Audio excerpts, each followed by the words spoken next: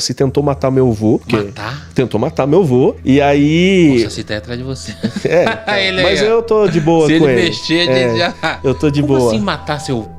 Ali no Vale do Ribeira, ali a Piaí, aquela região ali. E o meu avô, ele vivia de fazer serviço pros outros nas fazendas e no mato. E aí eu vou te dar um detalhe importante. Quando as pessoas se perdiam na mata, e é uma mata gigante até hoje, quem salvava as pessoas era meu avô, entendeu? Conhecia tudo. Tudo, com a palma da mão. Nascido e criado lá. E meu pai nasceu no meio do mato lá também. Meu pai nasceu numa casinha daquelas casinhas de bambu e barro, sabe? Que eu esqueci o nome do material. Enfim, nasceu lá e tudo mais. Como é que é o nome dessas casinhas?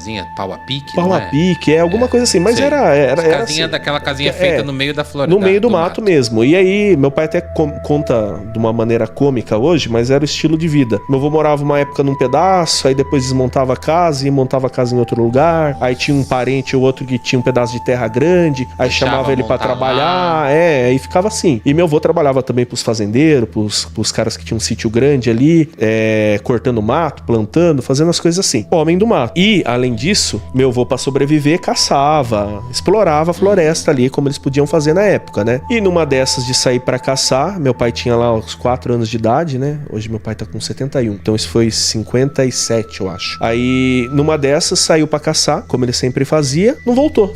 Passou o primeiro dia.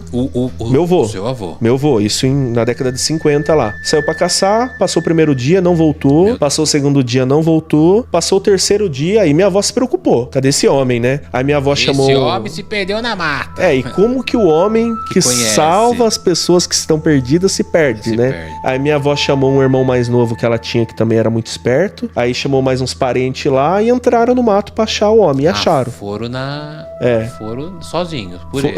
Que daí é o que dava pra fazer naquela época, né? Aí foi lá os parentes lá achar meu avô e acharam meu avô. Tipo, depois de umas horas ali de mata ali, acharam meu avô. Aí meu avô tava totalmente fora de si, tava com a roupa rasgada, machucado e não falava coisa com coisa. Tava, tipo, fora de si, total. Aí levaram meu avô pra casa e meu avô ficou assim 3 meses. Ficou 3 dias perdido na mata e 3 meses maluco, desorientado. Não falava nada com nada. Aí chamaram médico, aí chamaram padre, aí chamaram feiticeira, que essas pessoas mais tipo assim. Tipo as benzedeiras. Benzedeira. E foi tanto o padre quanto a benzedeira, as pessoas religiosas ali que falou que era magia.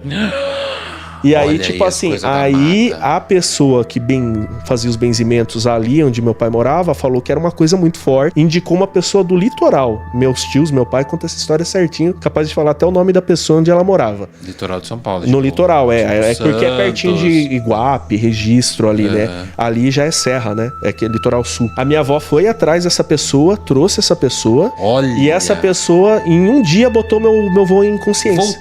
Voltou. E aí meu avô voltou, tava mal, tava cansado.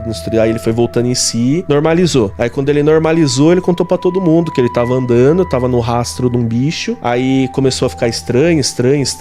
Aí não tava se sentindo bem, tava se sentindo desorientado. Aí foi quando ele deu na cabeça dele, fazer uma prece aqui, alguma coisa assim. Fez uma prece, começou a escutar risada de criança, começou a escutar tudo que falam que vem, né? O assobiozinho e tal. E aí ele falou, é alguma entidade, algum ser aí, né? Isso, viu? Então seu avô voltou depois dessa pessoa que trouxe. Voltou. Lembrou de tudo. Tava meio cansado, fraco. Fez a prece, o bicho... Fez a prece e aí voltou. Aí ele começou a contar que tava rastreando um bicho, se sentiu mal, passou por tudo falam, né? Todo mundo fala, né? Quando o Saci tá por perto.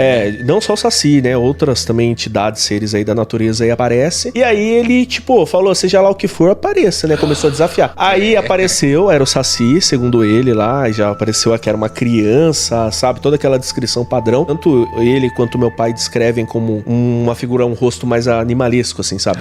Mais deformado. E aí... Não era um corpo de criança, mas... Era a fisionomia, a estrutura de uma criança. Pequena, né? Pequena. E uma criança preta. E vestindo, não tava Monteiro Lobato, né? Não tava shortinho. Igual tá atrás aí, com shortinho. Tava bonitinho, assim. Tava vestindo um saco de estopa, né? Tipo o que tem né? E aí começou a dar risada da cara do meu avô. Aí meu avô falou, me deixa em paz, não tenho nada com você. Aí começou a azucrinar. Aí meu avô, como eu expliquei, era meio poucas ideias, pegou a arma e mirou pro Saci e deu 3 tiros nele. Ai, tava armado. Tava caçando, né? Aquela época lá. Verdade. Aí desquerrou o primeiro, desquerrou o segundo, mas o terceiro derrubou o Saci. Aí as pessoas falam, como que um tiro acerta o Saci? Eu falei, pô, nem sei como que é o Saci. Então, porque o Saci, teoricamente, seria um espírito da mata. Mas tem gente que fala que ele é uma criança. É uma criança. Na verdade, ele não é uma criança. Ele é um ser pequeno. Porque ele anda com cachimbo.